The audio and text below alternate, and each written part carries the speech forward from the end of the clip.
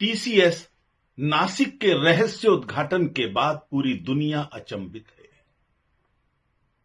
इतनी उच्च शिक्षा प्राप्त करने के बाद भी अगर टीसीएस का एचआर केवल इसलिए कि वो मुसलमान है, मुसलमानों की टीम इकट्ठी करता है और बीसियों लड़के लड़कियों को अपने शिकार बनाता है, अपने जाल में फंसाता है, उनको जबरन नमाज पढ़ने के लिए मजबूर किया जाता है, उनको गोमांस खिलाया जाता है, उनको मुस्लिम तहजीब सिखाने की कोशिश की जाती है, यह जबरन धर्मांतरण है।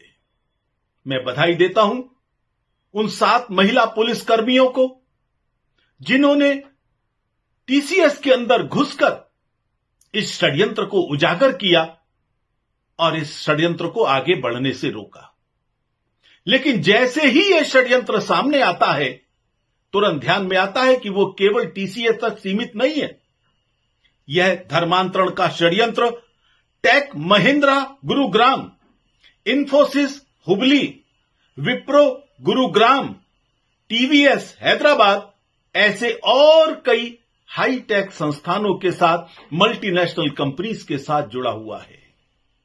इन सब के तार परस्पर जुड़े हैं कि नहीं, यह जांच का विषय हो सकता है, लेकिन यह तय हो गया है कि वो चाहे कितना भी पढ़ लिख लें, लेकिन उनके दिमाग का जेहादी कीड़ा गैर मुसलमानों को किसी भी प्रकार से वहां टिकने नहीं देता।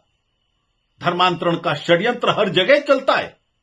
अभी तक हम मानकर चल रहे थे थूक जिहाद, पेशाब जिहाद, जिम जिहाद, सैलून जिहाद, कोरियोग्राफर जिहाद, ऐसे कितने भी जिहाद के प्रकार कम पढ़े लिखे लोग करते होंगे, लेकिन अल फलाह यूनिवर्सिटी, केजीएमयू और अब इन सब संस्थानों के माध्यम से षड्यंत्र हो रहा उजागर स्पष्ट करता है, ये कितना भी पढ़ ले, दिमाग का जिहादी कीड़ा मिट नहीं सकता।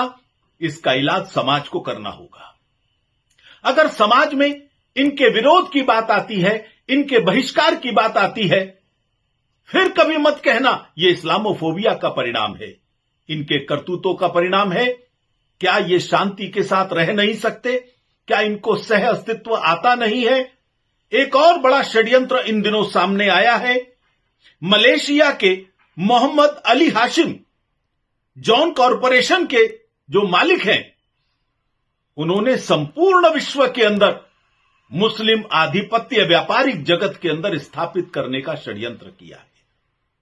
संपूर्ण दुनिया आज इन लोगों के षड्यंत्रों से पीड़ित है।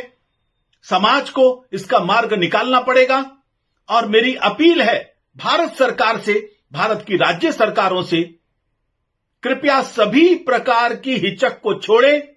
अपने देश की जनता, हिंदू समाज और अपनी बहन बेटी, राष्ट्रीय सुरक्षा, इन सब को ध्यान में रखें। धर्मांतरण के विरोध में सख्त से सख्त कानून सभी राज्यों में और केंद्र में आना चाहिए। ये आज के समय की आवश्यकता है और इसी को ध्यान में रखकर ही तो टीसीएस की इंक्वायरी, उसकी जांच एनआईए को दी गई, क्योंकि ये केवल एक राज्य तक सीमित नहीं है। राष्ट्रव्यापी कानून बने, ये आज के समय की मांग है।